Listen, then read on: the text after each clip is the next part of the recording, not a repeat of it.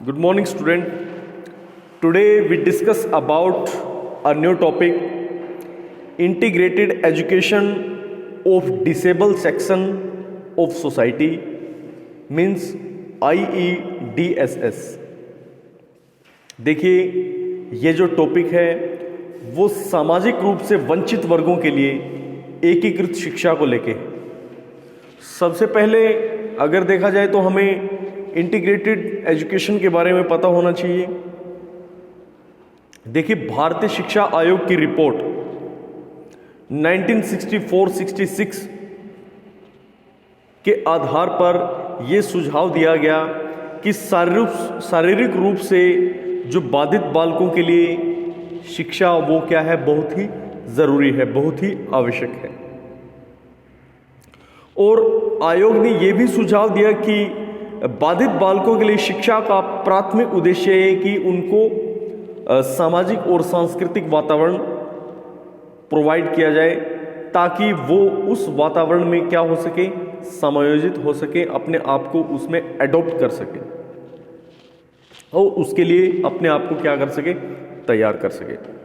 देखिए, एकीकृत शिक्षा का कंसेप्ट क्या है वो हम आपको बताते हैं कि ये असमर्थी बालकों की शिक्षा मानव संसाधन विकास की एक क्या है, प्रक्रिया है। और राष्ट्रीय शिक्षा नीति 1986 के अनुसार ये एक प्रोसेस में चलती है जिसमें वर्तमान संदर्भ में हम असमर्थी बालकों को क्या शिक्षा प्रोवाइड कराना चाहते हैं, एजुकेशन देना चाहते हैं, जिसमें उन बच्चों को जो शारीरिक रूप से पिछड़े हुए हैं उनको जो है सामान्य बालकों के साथ भी एजुकेशन प्रोवाइड कराई जाए। और इस आंदोलन के अंतर्गत, इस कंसेप्ट के अंतर्गत असमर्थी बालकों को शिक्षा की मुख्य धारा से जोड़ने का क्या किया गया, प्रावधान किया गया। यानी कि उनको एक एजुकेशन बेस्ड रखा जाए ताकि वो अपने आप को एक विपरीत धारा में न समझे, वो ये समझे कि वी आर कनेक्टेड, ठीक है ना, और we are connected as a adjustment like that, कि हम अपने आप को जो है कहीं ना कहीं एडॉप्ट करें, ठीक है। उसके बाद अगर देखा जाए तो इंटीग्रेटेड एजुकेशन में अपंग बालकों के पास ही वो अधिकार होंगे जो बाकी बालकों के पास नहीं होते हैं।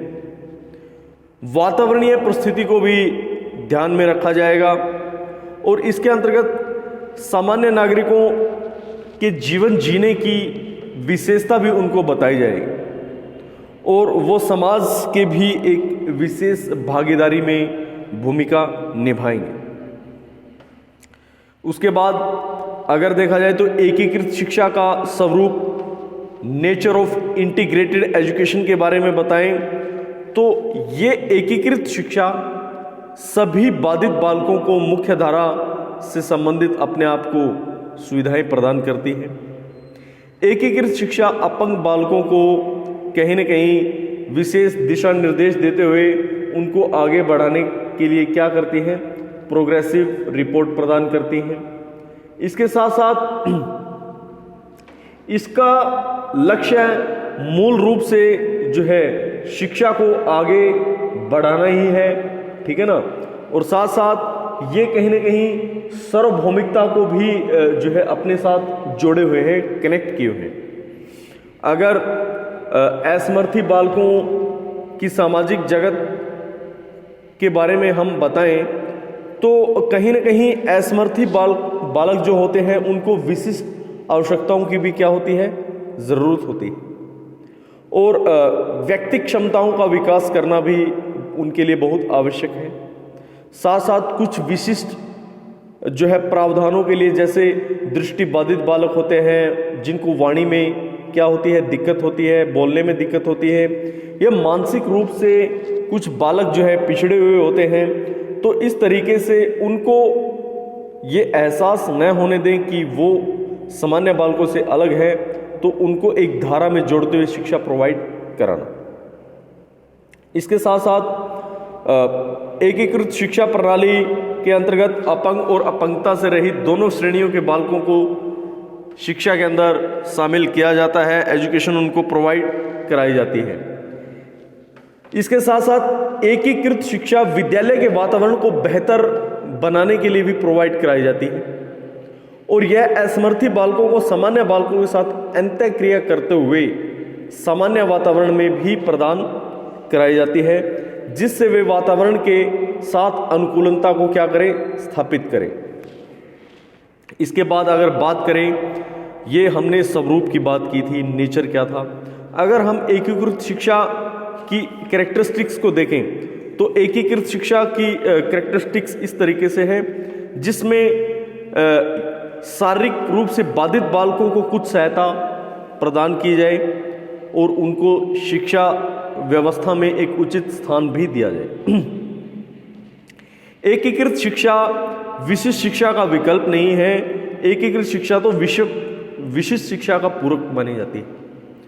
इस शिक्षा को ऐसा प्रारूप प्रदान किया जाए जिससे अपंग बालकों को समान शिक्षा के अवसर क्या मिल सके, प्रोवाइड हो सके और वो समाज में आत्मनिर्भर बन सके, सोसाइटी के लिए एक मिसाल पेश करें और अपने जीवन को आगे बढ़ाएं। उसके बाद है सामाजिक स्तर पर भी ऐसे बालकों को क्या करना चाहिए, तैयार करना चाहिए, ताकि समाज में उनकी भागीदारी बढ़ाई जा सके और बच्चे को कभी भी जो शारीरिक रूप से बाधित है उसको ये एहसास न दिलाएं कि वो बाधित है, बल्कि उसको एक सामान्य बच्चे की तरह ही समझना जरूरी है।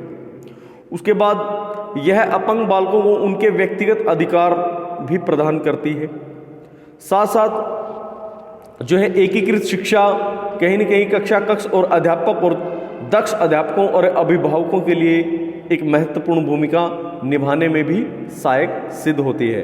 तो आज के लिए जो है हम इतना ही करते हैं, बाकी हम कल इसको जो है डिस्कस करेंगे और नेक्स्ट हम इंटीग्रेटेड एजुकेशन के ऑब्जेक्टिव को कंप्लीट करेंगे। आज के लिए हम अपना वीडियो